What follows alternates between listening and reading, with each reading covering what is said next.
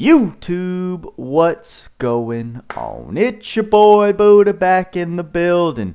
Today for another Gate of Nightmares news video, a game that I am trying to stay on top of, try and get some news out about it on my channel whenever I can find it, because I am pretty hyped for this game ever since we knew that Hiro Mashima was joining up with Square Enix to create a new Hero Collector Gacha game.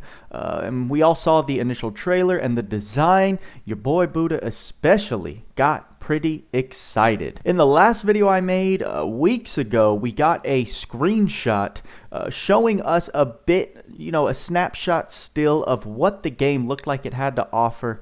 Some people were concerned it was going to be a turn-based RPG like your typical gachas that we see a lot of the time, but that screenshot back then proved that it wasn't, and today we got some screenshots pretty definitively telling us what kind of game and what kind of playstyle we're going to be experiencing. I speculated that it might be open world, but it seems like it's going to be a little more closed in. But let's just take a look at these screenshots. Game screen is partially released, right? These are the screenshots. Please wait for a while until the test version trial is announced. Right, this is translated. All of the PR and all of the information is in Japanese.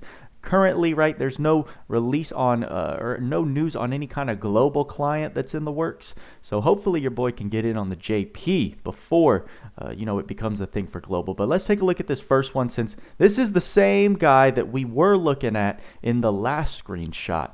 And we can see that it's going to be one of these games that's similar to the most recent My Hero Academia, or before that Honkai Impact 3, Punishing Gray Raven, right? It is a mobile game that you do roam, and you've got your normal attack. You've probably got some special skills right over here you can do certain combos with in battle. In this screenshot, there's this sort of Coliseum-like area, so the space is going to be confined. We're going to see, again, why I believe that's the case in the next screenshot as well, but it's also going to have a bit of Genshin Impact in it, right? Where you have multiple characters, it looks to me, at your disposal. You probably can do a combo here, switch over with the tap of whichever character you choose, and continue a combo in that way. Very similar to Genshin Impact, how you have multiple characters ready to go. Something else that caught my eye is that it looks like there are these beasts or kind of summoning creatures that each character has attached to them. Now, I don't know if that's going to come with them, or if that is a separate feature or like a familiar that you can attach to your characters and swap in and out. But we could see our boy right here is rocking some gorilla monster.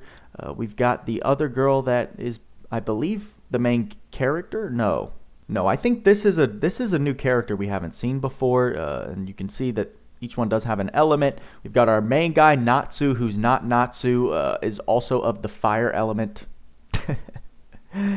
Yeah, Hiro Mashima doesn't do himself any favors with the public opinion. I think he just embraces the fact that everyone calls him a clone master.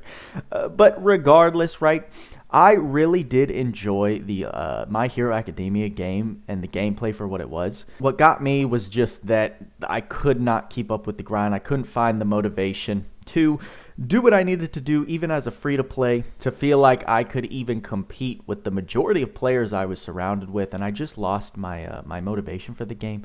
But there's a lot more that I like in regards to this game. It's an original piece, original characters, original story. I like that. There's something appealing to me about original pieces of work that draw me to be interested just a bit more. Let's go ahead and take a look at the next screenshot. We can see who looks to be the girl that is probably here, right? She's got the blonde hair, similar outfit we can tell with the stripes.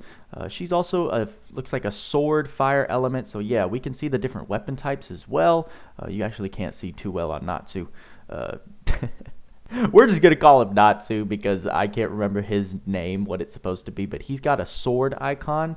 And then you've got our homeboy here who was, I believe, this white-haired fool that we've seen in the past. He's got a great sword icon, which is pretty dope, right? We've got a dodge function. It looks like there are 2 dodges. that you get, or it has to recharge. This is some kind of special in regards to the element, right? We have another one here that's similar. I'm guessing this is early game because these icons are blank. It looks like you get 3 of them. The summoning beast, yeah, you can definitely swap it out. This is the familiar, right? I was thinking this was the enemy, but it looks like this is actually something that spawns when you use this familiar skill. So that's really cool to see in action. Here are the enemies kind of hiding behind the animations from the character.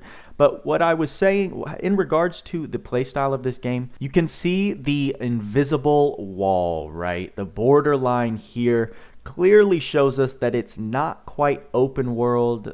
Like I said, I can see it being similar to My Hero Academia, where you can probably roam certain areas, but then when you get to battle, you are in a confined space. I mean, it just looks really exciting. This kind of does confirm that you can swap out these little familiars because she's got the salamander here, but then this creature, I'm not sure what it is over here. They are different. It looks like she's a dual sword. She's got dual swords here, but then here it looks like she's wielding one sword. So I don't know if you can swap out weapons. We'll have to find out. I'm excited, right? This does keep me intrigued. Like I said, I really enjoyed the combat of not only My Hero, but Genshin Impact. Punishing Gray Raven looks dope, and that's kind of where this game seems to be falling under that certain category. But wanted to make sure to highlight this and put it up just to get the news out to anyone who's not following them over on Twitter, and for any of us global people that may not be seeing this game on a global version for a while, but want to stay up to date with all the information that we have available. So I hope you enjoyed this video. I hope it got you excited for the game. I'll keep looking out for news, figure out when it's dropping that test period for JP. Hopefully can get in that, but we will see. If anything, I will still report on it because I'm still hyped for this game. I am looking forward to it. I hope you are too. And that's all I got for you this time. So, like I always say, work hard, play harder. See you in the next video.